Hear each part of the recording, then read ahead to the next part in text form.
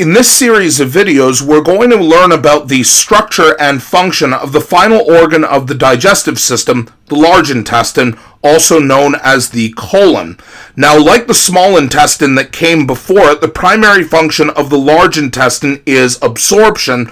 Unlike the small intestine that is used to absorb nutrients from the small intestine into your blood, the primary function of the large intestine is the absorption of water from the large intestine into the blood. This can be the water that you consume whenever you drink liquids, as well as the water that is pumped into your stomach and into the small intestine in order to aid with digestion.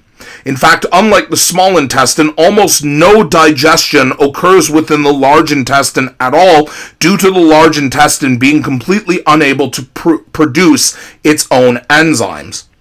In order to take a look at the function of the large intestine and how water is absorbed, we can actually take a look at how the undigested food that passed all the way through the small intestine both enters the large intestine and is ultimately transported out the body.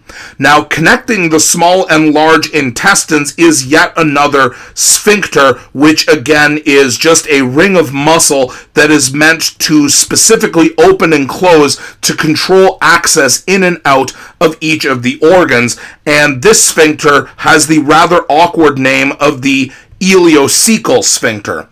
Now, it's only awkward if we don't remember each of the names of the two parts that are connected. For example, the final section of the small intestine is what we call the ileum, which explains the prefix, and the opening section that joins the large intestine to the small intestine is what we call the cecum. So the ileocecal sphincter simply joins the two. Now, we can see that the undigested food actually has a little bit of difficulty right at the beginning because the food actually needs to be transported up against gravity, which necessitates the process of peristalsis. Although this should be a moot point because peristalsis is used by the entire digestive system to transport food regardless of whether the human body is right side up or upside down. But it's particularly important here at this section called the ascending colon because it needs to transport the undigested food upward against gravity. And during this process, water would gradually be pumped out of the large intestine and re-enter the blood where it can re-enter circulation. Across this next section here, which is what we call the transverse colon, simply because it passes the undigested food horizontally across, water continues to be absorbed from the large intestine and re-entering into the circulatory system. Now, the final stage where water reabsorption from the large intestine into the blood can happen is at this point here called the descending colon here.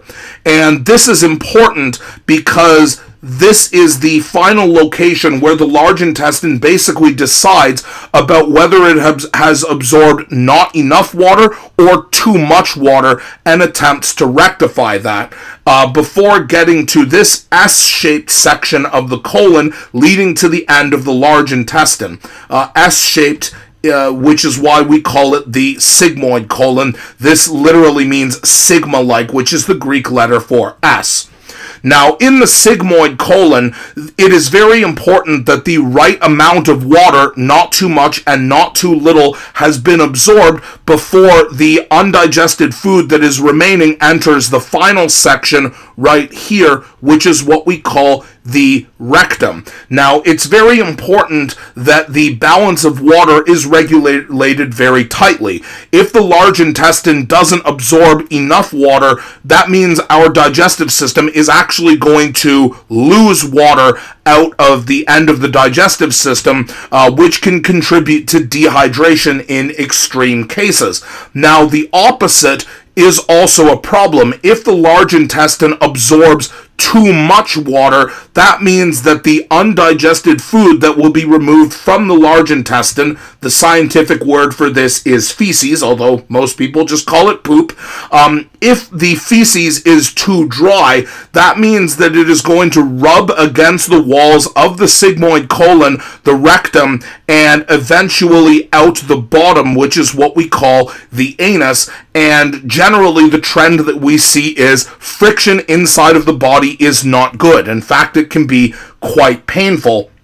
And this is why it's important for the ascending, transverse, and descending parts of the colon to absorb enough water, but not so much that it would render feces dry, which, if it did happen, would make the process of removing feces from the body, what we call defecation, very, very difficult to do.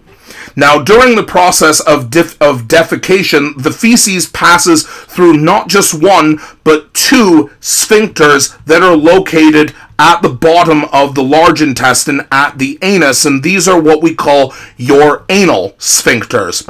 Now, the reason why you have two is that one of these is involuntarily controlled. As soon as the rectum is filled with feces that is ready to be removed from the body, the inner anal sphincter opens up and sends a message to the brain, letting the brain know it's time to run to the washroom, it's time to defecate. However, the outer anal sphincter, the one that actually allows feces to pass out of the anus, is actually voluntarily controlled so that humans have the ability to hold it in, literally, until they actually manage to make it to the bathroom, which allows some level of being able to recognize when one needs to go to the bathroom and being able to control when we do. The final section of the large intestine is actually found right at the beginning, right behind the ileocecal sphincter, and it's this structure here which is the source of many childhood problems. This is a structure that we call the appendix. And the appendix causes a lot of frustration, not because of what it does, but because of what happens to it, because it basically does nothing now. Originally, the appendix was believed to be a storage vessel specifically for bacteria that had the ability to break down cellulose, the sugar polymer that makes up the cell walls of plants. And again, the appendix is not strictly necessary anymore because modern humans were not exclusively herbivores. However, our ancestral humans, our ancestors evolved as herbivores, and even though we do not have the ability to produce a digestive enzyme that breaks down cellulose, many bacteria naturally do. And so the belief was that the appendix was a reservoir where these bacteria could live and be safe from white blood cells and anything that would kill them, and in exchange for a safe place to live, they would release their digestive enzymes and break down cellulose, allowing humans to use some of that sugar.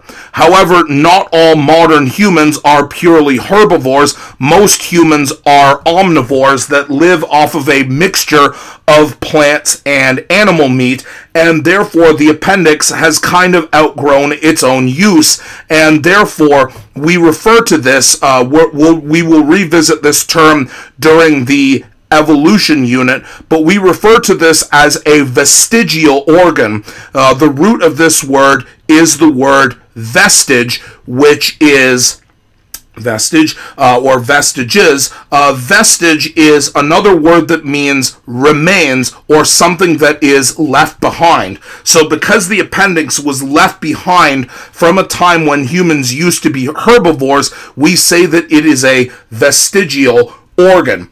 However, that doesn't mean that the appendix cannot come with complications, because as many children that have had their appendix removed will testify, the appendix having no function makes it a prime target of being infected, not by helpful bacteria, but by pathogenic bacteria that can cause disease. And this infection of the appendix that requires surgical removal is what we call appendicitis. And fortunately, this is perfectly treatable regardless of how much pain it causes when a child, usually a child, discovers that they have been infected with pathogenic bacteria here.